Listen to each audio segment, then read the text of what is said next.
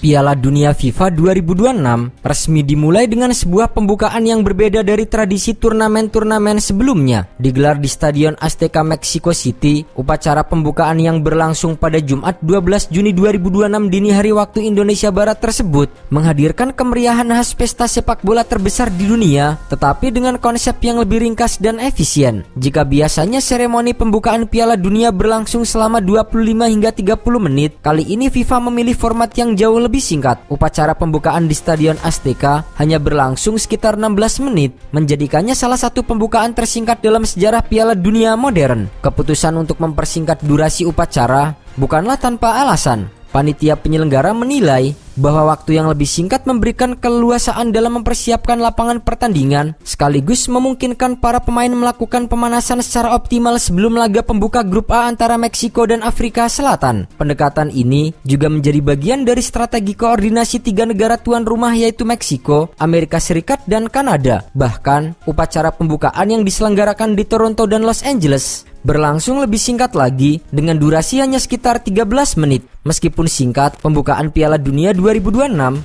tetap mampu menghadirkan pertunjukan yang spektakuler. Sekitar 90 menit sebelum pertandingan perdana dimulai, Stadion Azteca yang dipenuhi lebih dari 80.000 penonton berubah menjadi panggung megah yang memadukan musik, budaya, dan semangat persatuan global. Kembang api yang menghiasi langit Mexico City menciptakan suasana meriah yang menandai dimulainya turnamen sepak bola terbesar di dunia. FIFA berhasil mengemas pertunjukan padat namun berkesan dengan menampilkan sejumlah musisi ternama dari berbagai negara. Setiap penampil memang hanya memiliki kesempatan membawakan satu lagu karena adanya keterbatasan waktu. Tetapi hal tersebut tidak mengurangi kemeriahan acara. Bahkan media internasional seperti BBC memberikan apresiasi tinggi terhadap kualitas pertunjukan tersebut dan menyebutnya sebagai salah satu upacara pembukaan yang sangat menghibur. Grup musik rock legendaris asal Meksiko Mana mendapatkan kehormatan membuka pertunjukan. Penampilan mereka disambut antusias oleh puluhan ribu penonton yang memadati Stadion Azteca. Lagu-lagu populer yang dibawakan Mana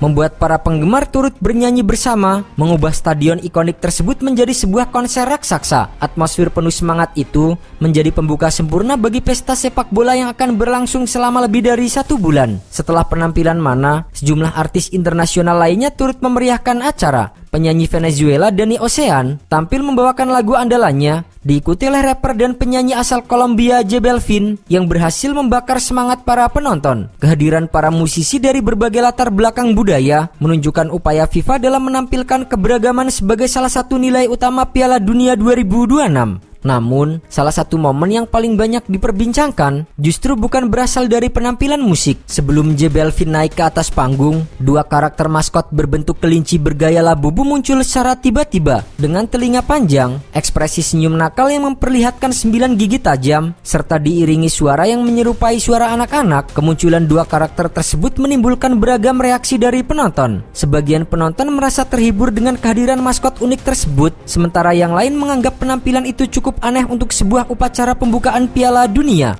Bahkan, beberapa jurnalis internasional membandingkan suasana yang tercipta dengan adegan dalam film horor.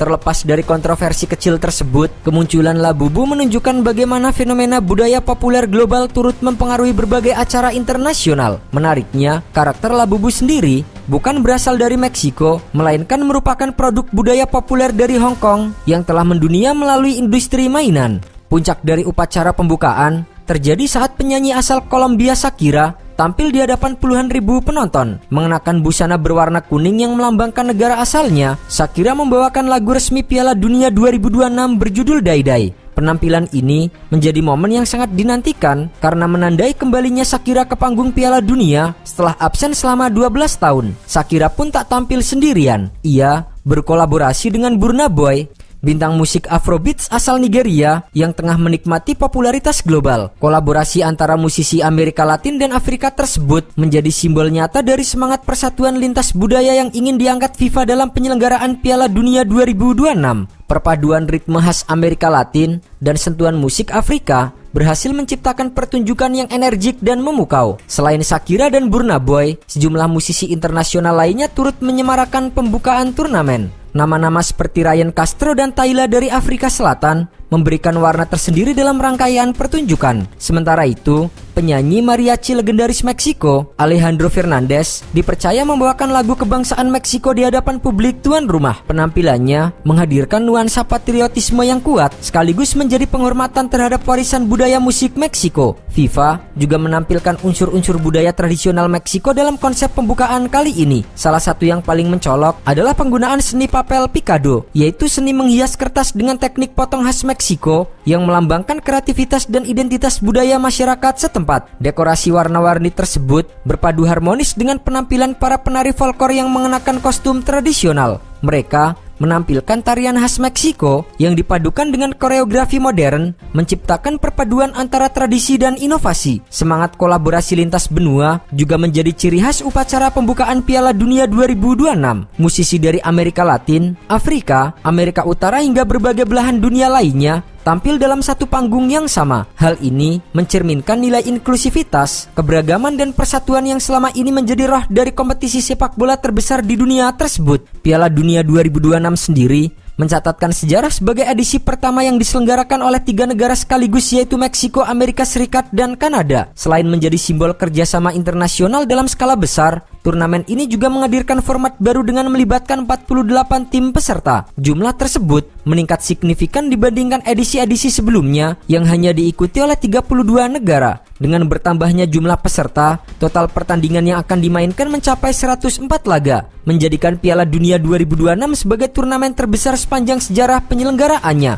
Perubahan ini diharapkan dapat memberikan kesempatan lebih luas bagi negara-negara dari berbagai konfederasi untuk tampil di panggung sepak bola dunia. Sebagai simbol kolaborasi 3 negara tuan rumah, FIFA juga menyelenggarakan upacara pembukaan tambahan di Toronto, Kanada dan Los Angeles. Di Toronto, para penonton disuguhkan penampilan sejumlah musisi ternama Kanada seperti Alanis Morissette, Michael Bublé, dan Jesse Reyes. Sementara itu, Los Angeles menghadirkan deretan bintang internasional seperti Katy Perry, Future, Anita hingga Lisa dari Blackpink. Meskipun durasi seremoni di ketiga kota tersebut relatif singkat, penyelenggara berhasil mempertahankan esensi perayaan melalui pertunjukan artistik yang padat dan berkualitas. Di Stadion Azteca sendiri, rangkaian acara dilanjutkan dengan kemunculan aktris Meksiko ternama Salma Hayek yang bertindak sebagai duta Piala Dunia 2026. Ia menyampaikan sambutan kepada para penggemar sepak bola dari seluruh dunia yang hadir langsung maupun menyaksikan melalui siaran televisi. Setelah itu, bendera dari 48 negara peserta dibawa memasuki stadion sesuai dengan pembagian grup masing-masing.